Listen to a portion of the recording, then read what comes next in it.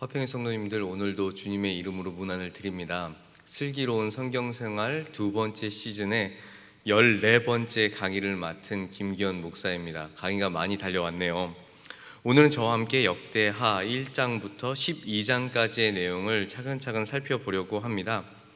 이제 슬기로운 성경생활도 제가 하는 오늘 강의를 빼고 나면 2번 정도의 강의밖에 남지 않았으니까요, 최선을 다해서 달려가 주시면 감사하겠습니다. 저희가 슬기로운 성경생활을 진행하기 위해서 준비해야 할 것들이 있는데 늘 저희들이 부탁드리는 것이 있죠. 준비물 성경책, 필기도구, 그리고 가장 중요한 것은 하루에 성경 2장을 읽겠다는 다짐하기입니다. 이번 한 주간에도 하나님의 말씀을 잘 읽겠다는 다짐과 함께 달려보는 저와 성도님들이 되시면 좋겠습니다. 말씀으로 들어가 보겠습니다.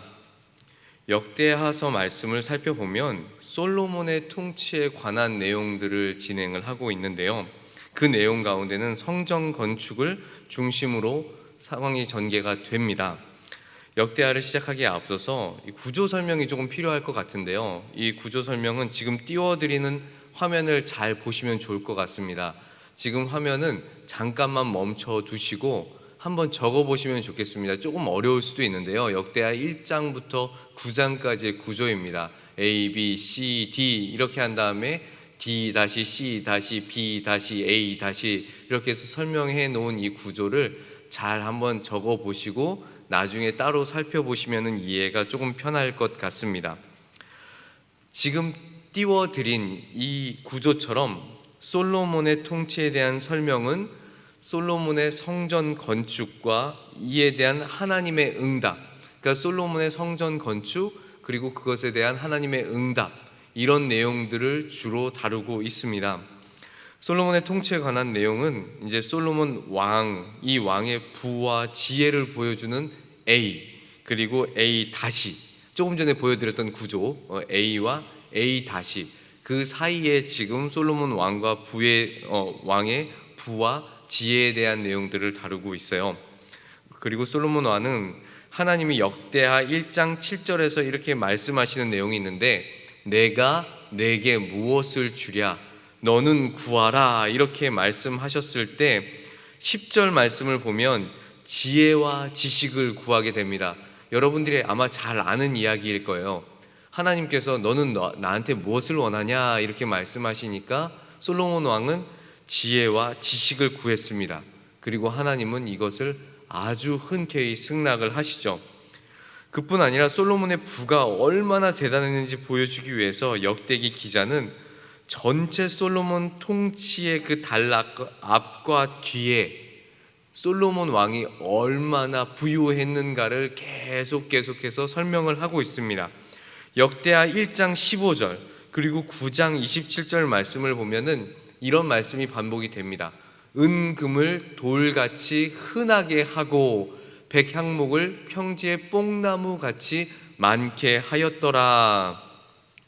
이런 표현을 반복해서 사용함으로써 솔로몬 왕이 가진 부가 얼마나 대단했는지를 성경은 설명을 하고 있는 것입니다.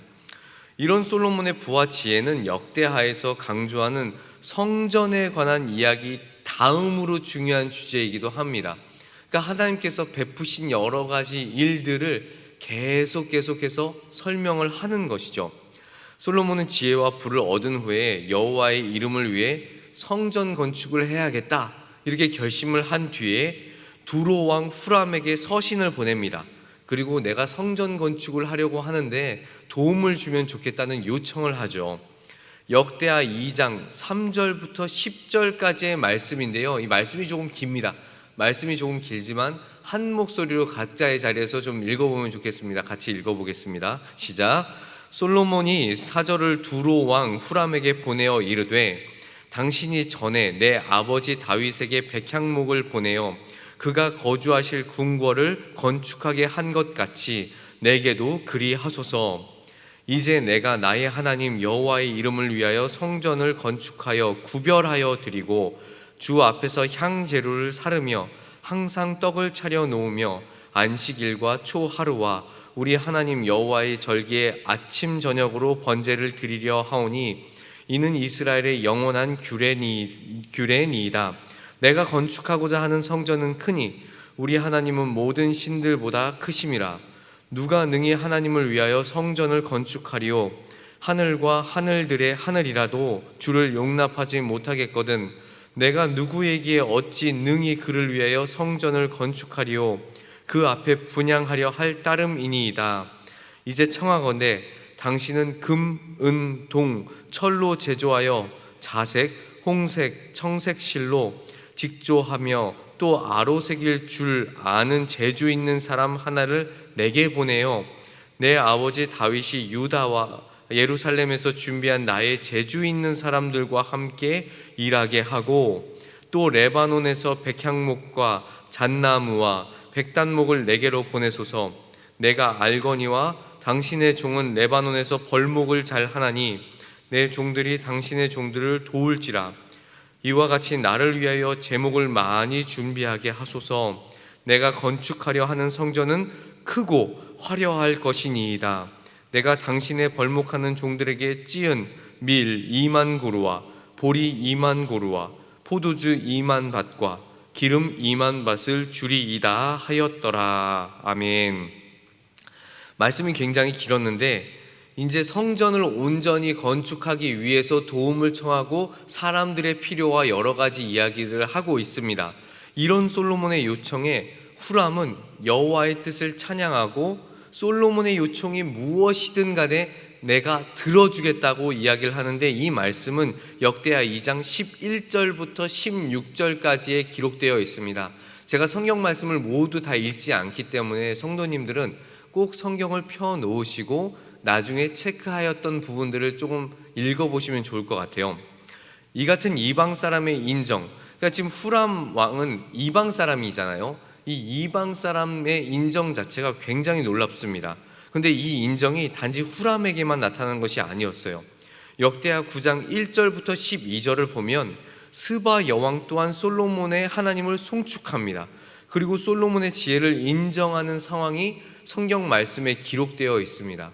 하나님 여호와에 대해서 솔로몬이 이야기를 하고 그분을 위한 성전을 건축했다고 할 때 이방 사람들이 그것을 인정하는 것은 여호와의 높임이 이미 많은 사람들에게 알려져 있다는 것이죠.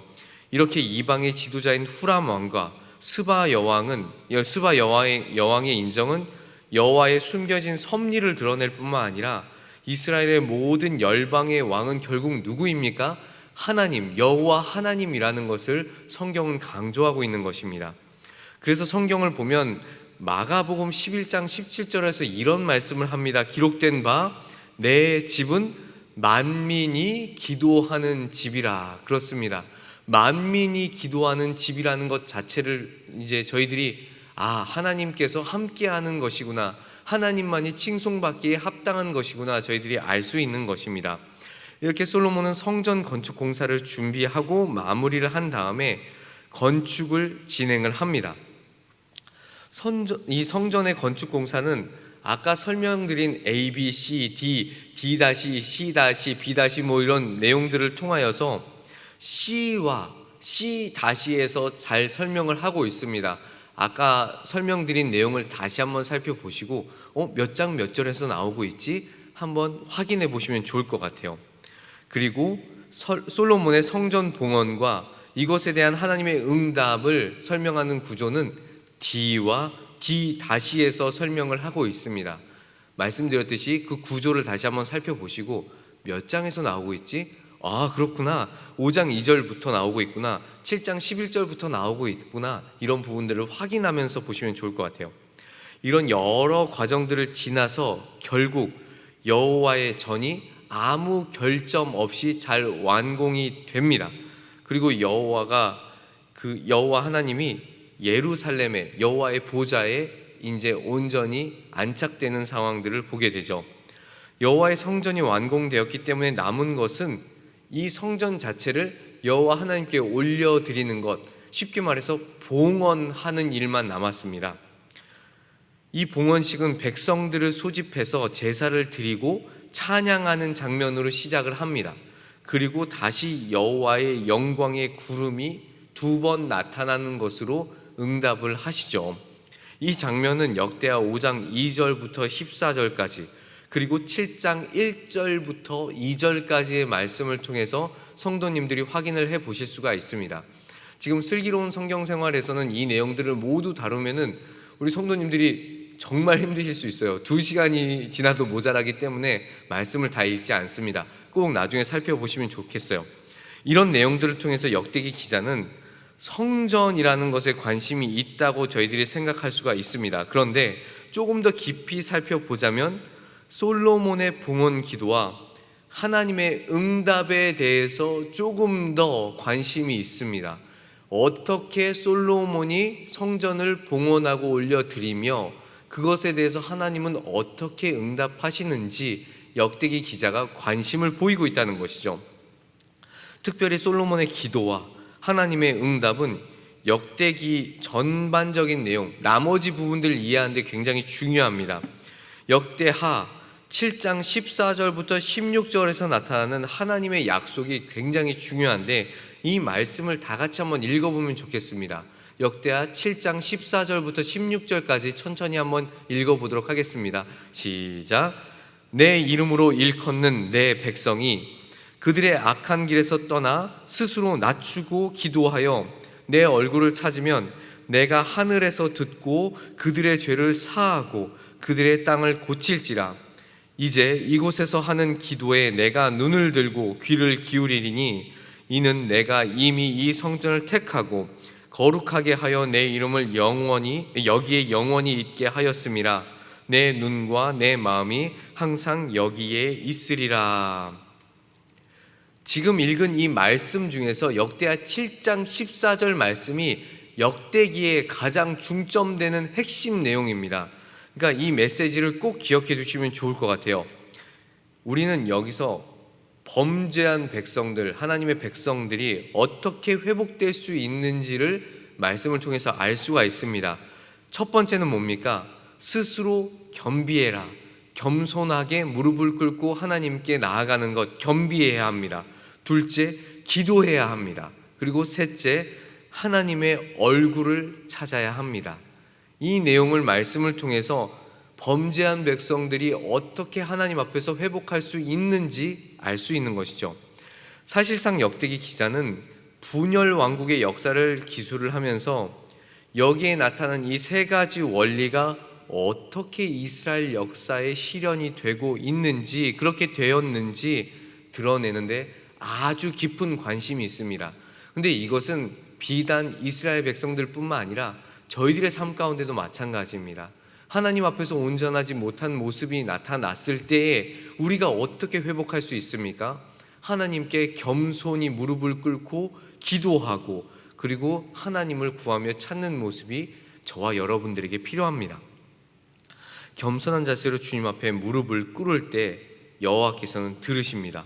그리고 죄를 사하시고 또 하나님께서는 그들을 고치시고 역사하시는데 지금 이스라엘 백성들에게는 그 땅을 고치시고 분열 왕국의 역사를 하나님께서 어떻게 이끌어 가시는지 이 역대하는 알려줍니다. 이렇게 지금까지 솔로몬의 통치하는 그 단락에 대한 전체 구조를 설명드렸어요. 굉장히 긴 내용을 쭉 줄여서 설명을 해드렸는데요. 이제 시작이에요. 이제 차근차근 1장부터 오늘 살펴볼 12장까지의 말씀을 천천히 한 번이 되짚어 보면서 어떻게 저희들이 우리의 삶 가운데 나타날 수 있는지, 적용할 수 있는지 필요한 부분들만 저희들이 살펴보면 좋을 것 같습니다. 먼저는 솔로몬의 부와 지혜에 대해서 이야기를 합니다. 1장 1절부터 17절까지 해서 저희들이 볼 수가 있는데요. 역대하 1장 1절 말씀 다 같이 한번 읽어보겠습니다. 시작. 다윗의 아들 솔로몬의 왕위가 견고하여 가며 그의 하나님 여호와께서 그와 함께 하사 심히 창대하게 하시니라. 그렇습니다. 지금 솔로몬 왕과 함께 하시는 하나님께서 그를 창대하게 하십니다. 다윗과 함께 하신 하나님이 이제는 솔로몬과 함께 하신다고 말씀하고 있죠. 그리고 창대하게 하시기 때문에 솔로몬 왕위가 견고할 수밖에 없습니다. 하나님께서 함께 하시는데 무슨 문제가 있을 수 있겠어요? 이 솔로몬의 견고함은 하나님이 다윗에게 주신 약속, 이 역대상 17장 11절에서 하는 말씀인데요. 내가 내 뒤에 내 씨 곧 내 아들 중 하나를 세우고 그 나라를 견고하게 하리니 하는 그 말씀이 성취되는 장면입니다. 그렇다면 솔로몬의 왕위가 견고해진 후에 그가 한 행동이 무엇이었을까요? 1장 2절부터 6절까지의 말씀에서 설명하고 있듯이 백성들을 데리고 기브온 산당으로 갑니다. 그리고 1000번제를 드리죠. 모든 일에 영광 받으실 것은 하나님이시다라는 것을 지금 솔로몬은 보여주는 겁니다. 이것은 아버지 다윗이 행한 것처럼 모든 일에 대해서 하나님 여호와께 구하고자 하는 그 행동이 솔로몬에게도 동일하게 나타난 거예요. 1장 7절 말씀에서는 우리가 아주 잘하고 있는 말씀이 나오는데요. 이 말씀도 같이 한번 읽어보면 좋겠습니다. 역대하 1장 7절입니다. 시작. 그날 밤에 하나님이 솔로몬에게 나타나 그에게 이르시되 내가 내게 무엇을 주랴 너는 구하라 하시니, 앞서 설명했던 이야기죠. 너 나한테 무엇을 원하니 네가 구해 보아라 이야기를 하십니다. 대부분 솔로몬이 지혜를 구했다고만 저희들은 알고 있는데 실제로는 두 가지였습니다. 첫 번째는 아버지 다윗에게 허락하신 것을 자신에게 굳게 해달라, 문제가 없이 해달라, 이것이 첫 번째 기도였습니다. 그리고 두 번째가 저희들이 잘 아는 지혜와 지식을 달라라는 요청이었습니다. 근데 놀랍게도 하나님은 하나도 제하지 않고 이 솔로몬의 요청에 응답하신다는 것이죠. 저희가 요즘 매일 성경을 통해서 잠언 말씀을 묵상하고 있는데요. 잠언에서 계속 강조하고 있는 말씀이 무엇인가요? 바로 지혜로움입니다.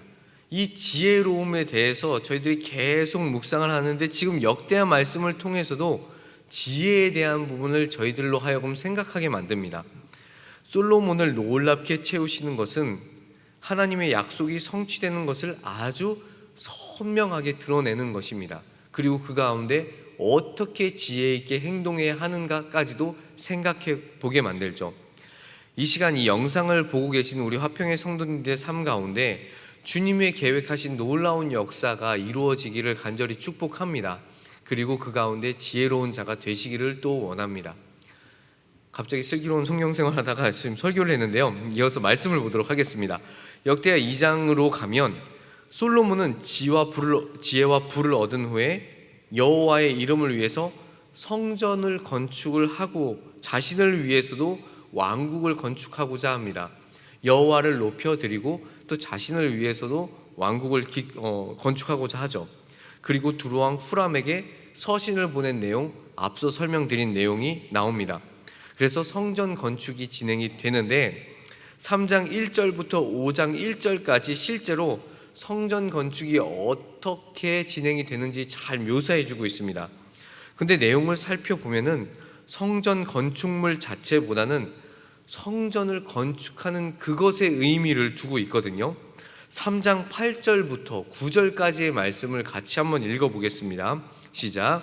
또 지성소를 지었으니 성전 넓이대로 길이가 20규빗이요 너비도 20규빗이라 순금 600달란트로 입혔으니 몬 무게가 금 50세겔이요 다락들도 금으로 입혔더라.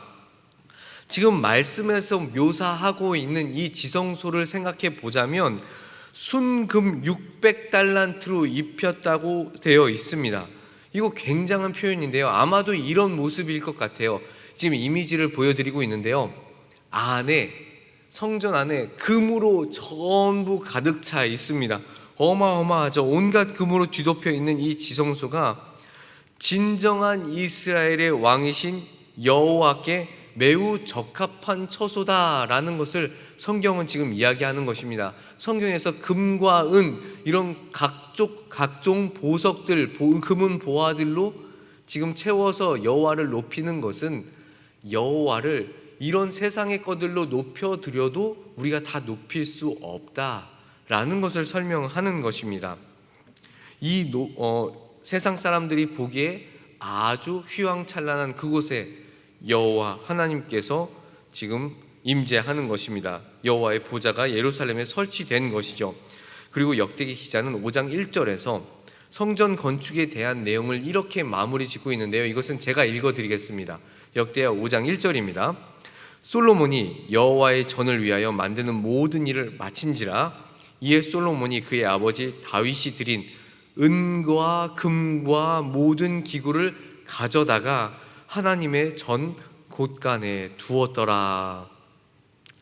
솔로몬은 하나님을 위해서 처음부터 끝까지 남김없이 모든 것을 채워드립니다. 하나님을 올려드립니다.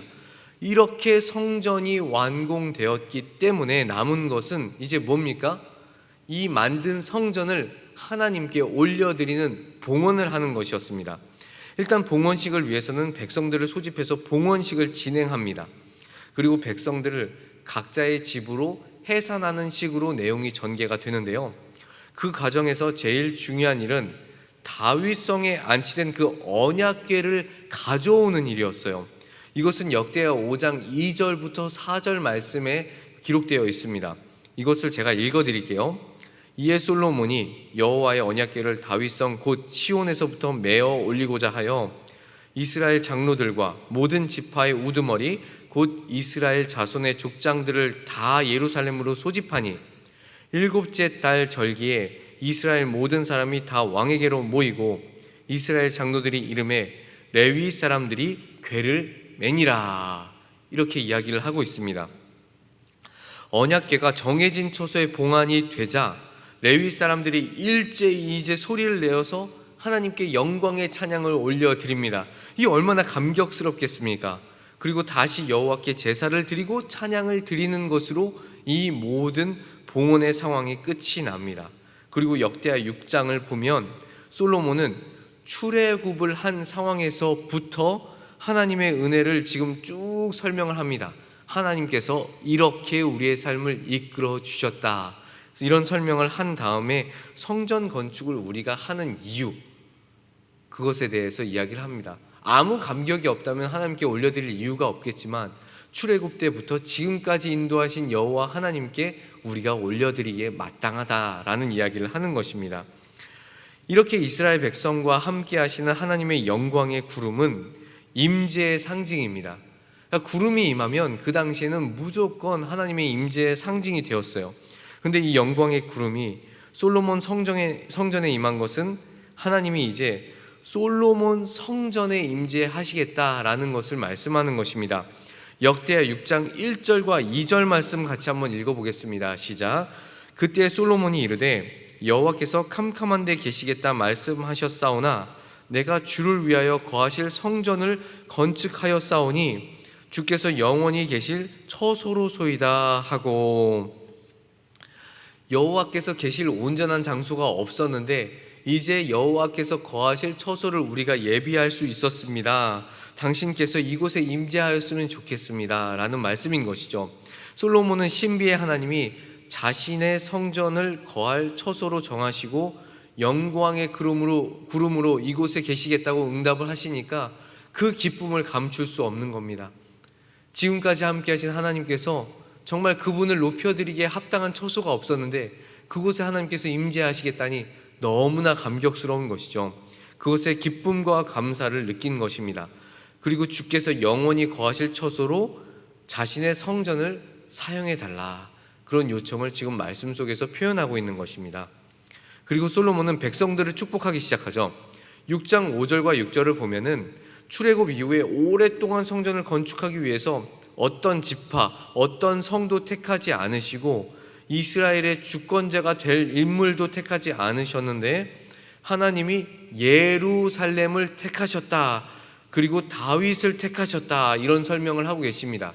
역대하 6장 14절 말씀을 같이 한번 보면 좋겠습니다. 이건 제가 읽어드릴게요.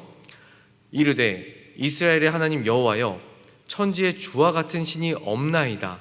주께서는 온 마음으로 주의 앞에서 행하는 주의 종들에게 언약을 지키시고 은혜를 베푸시나이다. 아멘. 결국 여호와께서 다윗에게 하신 그 약속을 이루셨다는 설명, 그 설명이 백성들에게는 무엇이 되는 것이죠? 축복이 되는 겁니다. 그리고 솔로몬은 제단 앞에서 하늘을 향해서 손을 펴고 기도하는 장면이 나옵니다. 하나님이 거하시는 성전과 다윗의 후손을 아들로 삼아서 영원한 왕조를 허락하시겠다, 이 언약에 호소하면서 간청하는 기도가 나오는 것이죠. 이런 기도에 대해서 하나님의 응답을 7장 11절부터 22절에 기록하고 있는데, 7장 11절 말씀을 같이 한번 읽어보도록 하겠습니다. 7장 11절입니다. 시작. 솔로몬이 여호와의 전과 왕궁 건축을 마치고 솔로몬의 심중에 여호와의 전과 자기의 궁궐에 그가 이루고자 한 것을 다 형통하게 이루니라. 아멘. 열왕기상 6장부터 성전 봉헌 후에 왕궁을 짓는 시간을 생각해 보면은 이 말씀 자체는 지금 한 구절이었지만 13년이라는 아주 긴 시간이 흘렀어요. 말씀으로는 그 시간이 잘 표현되어 있지 않지만 시간적 순서를 확인해 보면 약 13년이 지났습니다. 어마어마하죠. 그 세월이 흘러서 하나님의 응답을 받은 겁니다. 얼마나 감격스럽겠습니까? 그리고 역대하 8장과 9장의 내용을 살펴보면 솔로몬이 이방인들의 인정을 받는 왕이 되었다는 것을 보여줍니다. 그리고 하나님이 부와 영광을 주겠다고 약속하신 일들이 솔로몬에게 모두 성취되었음을, 허락되었음을 알려줍니다.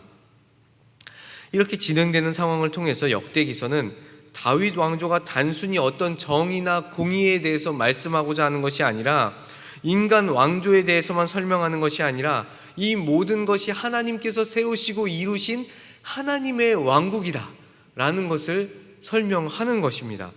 그리고 9장 29절과 30절의 말씀을 보면 역대기 기자는 솔로몬의 어떤 부족한 부분을 설명하지 않습니다. 솔로몬 왕이 완벽한 것은 아니었거든요. 지혜 있는 자였고 온전한 자처럼 보이지만 그의 말기에 가보면 부족하였고 많은 여인들을 다루었고 하나님께서 원하지 않았던 일들을 많이 했습니다. 그런데 그런 이야기들은 전혀 부각시키지 않고 솔로몬 왕의 통치 역사를 그냥 마무리해 버립니다. 이렇게 솔로몬의 통치가 마무리되면서 바로 분열 왕국 시대로 이어지는데, 역대하서는 북쪽 이스라엘의 역사는 다루지 않고 남쪽 유다에 대한 역사만을 다루게 됩니다. 그리고 역대하 10장 1절부터 11장 4절까지의 말씀을 보면 르호보암이 솔로몬 왕의 뒤를 이어서 왕위를 가지고 가는데, 어떻게 북쪽 지파들이 왕국을 분열하게 되었는지 차근차근 설명하게 됩니다. 제가 말씀을 다 읽지는 않지만 성도님들은 꼭 역대기 1장부터 12장까지의 내용들을 차근차근 살펴보시기를 원합니다. 역대기서와 열왕기서와 역대기서의 공통된 내용들을 보면 모두 왕국 분열의 책임이 한 사람에게 있다고 이야기하지 않습니다. 솔로몬 왕에게도 문제가 있었고 르호보암에게도 있었고 여로보암에게도 있었다고 설명을 합니다. 왜냐하면 그들 모두가 어리석고 미숙하며 배반하는 일들이 있었기 때문입니다. 그러나 일단 역대하 10장부터 12장의 내용을 통해서 그래도 설명되는 이 르호보암이 어떤 일들을 행했고 어떤 문제가 있었는지는 조금 살펴보면 좋을 것 같아요. 역대하 11장 5절부터 23절까지의 내용을 통해서 르호보암이 처음 3년은 하나님 앞에 굉장히 신실했다는 것을 말씀합니다. 하나님의 말씀을, 하나님의 뜻을 잘 따랐던 종이라고 설명을 하는데, 11장 17절 말씀, 이건 같이 한번 읽어보면 좋겠습니다. 역대하 11장 17절 말씀입니다. 시작. 그러므로 3년 동안 유다 나라를 도와 솔로몬의 아들 르호보암을 강성하게 하였으니 이는 무리가 3년 동안을 다윗과 솔로몬의 길로 행하였음이더라. 3년 동안 순종하며 복을 받았는데 12장 1절을 보면은 이렇게 말씀하고 있습니다. 르호보암의 나라가 견고하고 세력이 강해짐에 그가 여호와의 율법을 버리니 온 이스라엘이 본받은지라. 정말로 안타깝습니다. 3년 동안은 솔로몬의 길로 행했던 르호보암인데 12장 1절을 보니까 여호와의 율법을 버렸다고 말합니다. 그가 여호와의 율법을 버리니까 온 이스라엘이 그 상황을 본받게 됩니다. 다스린 지 4년째, 3년째까지는 온전했어요. 4년째 되는 해에 여호와의 율법을 버리고 반역하더니 결국은 심판을 받게 됩니다. 당연한 겁니다. 하나님을 버리게 되면 하나님의 심판을 받을 수밖에 없는 것이죠. 아까 말씀드렸듯이 역대하 7장 14절에서 말씀하고 있는 여호와를 찾는 것이 역대기서에서 가장 중점적으로 보고 있는 것이고 이스라엘의 용서와 치유를 받는 비결입니다. 여호와를 찾는 것, 이것은 이스라엘 백성들에게만 적용되는 게 아니라 지금 저와 여러분들에게도 동일하게 적용됩니다. 문제가 발생하였을 때 다른 사람을 돌아보는 것이 아니라 내 안에 내 자신이 어떻게 하나님 앞에서 온전하였는지를, 또는 불완전한 부분이 무엇이었는지를 확인하는 작업이 필요한 것입니다. 르호보암은 3년 동안만 다윗과 솔로몬의 길을 걷고 그 이후에는 온전하지 못한 길을 걸었음을 강조합니다. 그리고 역대하 12장 5절 말씀을 보면 정말 충격적인 내용이 나오는데, 이 12장 5절 말씀을 같이 한번 읽어보도록 하겠습니다. 시작. 그때 유다 방백들이 시삭의 일로 예루살렘에 모였는지라 선지자 스마야가 르호보암과 방백들에게 나와 이르되 여호와께서 이같이 말씀하시기를 너희가 나를 버렸으므로 나도 너희를 버려 시삭의 손에 넘겼노라 하셨다 한지라. 정말로 안타까운 표현이 나옵니다. 뭐라고 하시죠? 너희가 나를 버렸으므로 나도 너희를 버린다. 하나님께서 먼저 버린 일은 전혀 없습니다. 하나님께서는 우리들을 붙잡으려고, 이스라엘 백성들을 붙잡으시려고 하시지만 그들이 여호와를 버립니다. 그러자 어쩔 수 없이 여호와도 그들을 버린 것입니다. 여호와를 버린 것이 결국 바벨론 포로됨의 가장 큰 이유가 되기 때문에 정말로 슬프고도 무서운 일입니다.